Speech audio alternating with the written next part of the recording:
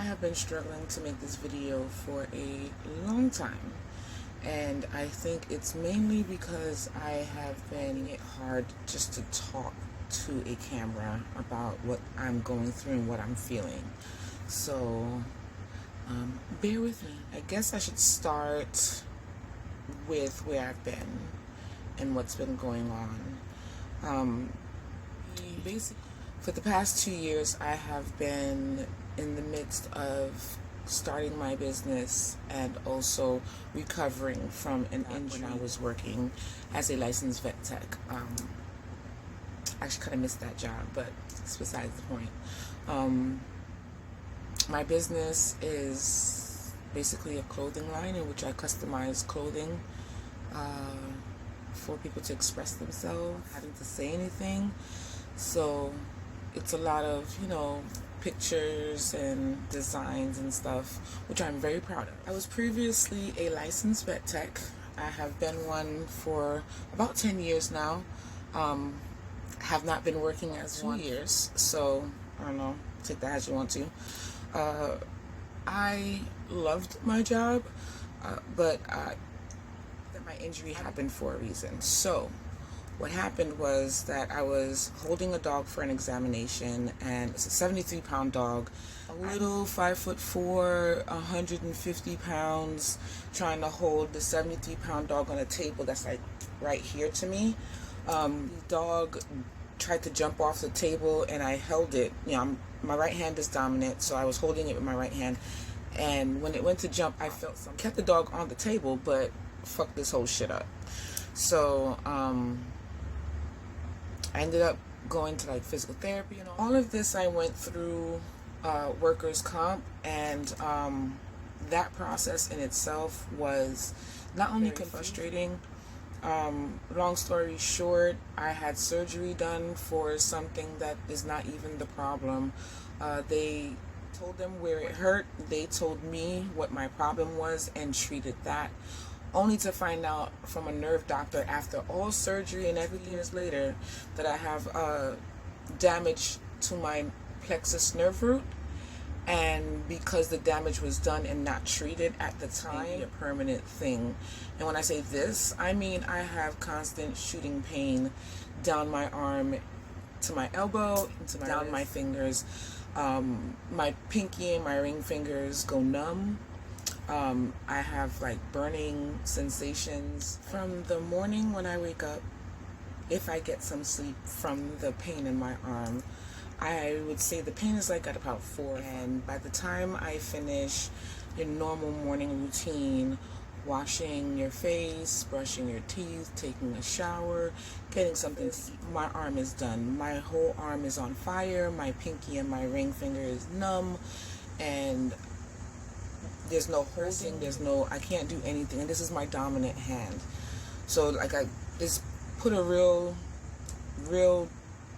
halt on a lot of things. I had to change. I'm still in the process of changing the way I do a lot of things. It's just very frustrating. Now, when I say the injury happened for a reason, I say that because it was during that 2-year period in which I was able to grow my business. It gave me nothing but time to think the process through and go through all of the paperwork and do all that stuff to get the ball moving on that. So that's why I say it happened for a reason. But this pain, this pain is making it difficult for me to enjoy things that's happening in my life. I should be ecstatic about the progress in which I am making, and I am very grumpy, irritable, and it's not to say that I don't recognize the progress being made. Pain is so in my face and so there and present that it makes me realize what I can't do, and that brings me down. Fighting that on a daily basis, trust me. But this shit, I can admit that this pain has forced me to deal with the depression that I had before this injury came, and along its own set of don't know if to call them like pressure points or triggers, maybe the word. But before this pain came along, I had a very hard time dealing with death. I have my uncle who was like my father to me growing up. I then lost my grandfather, who was very dear to me. Same months after my grandfather passed, my actual father passed.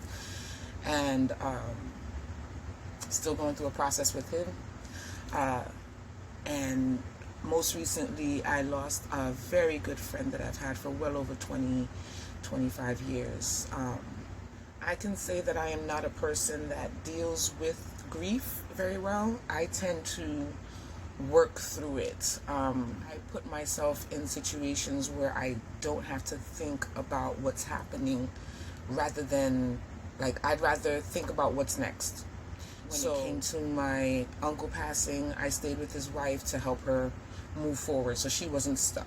I would go by the house and help her. When my grandfather died, I did the same thing for my grandmother. When my father died, that was the kicker, because it was me that needed the help, and I did not have anyone to take my role away from me. Did not deal with it very well. Losing my most recent friend, Marty,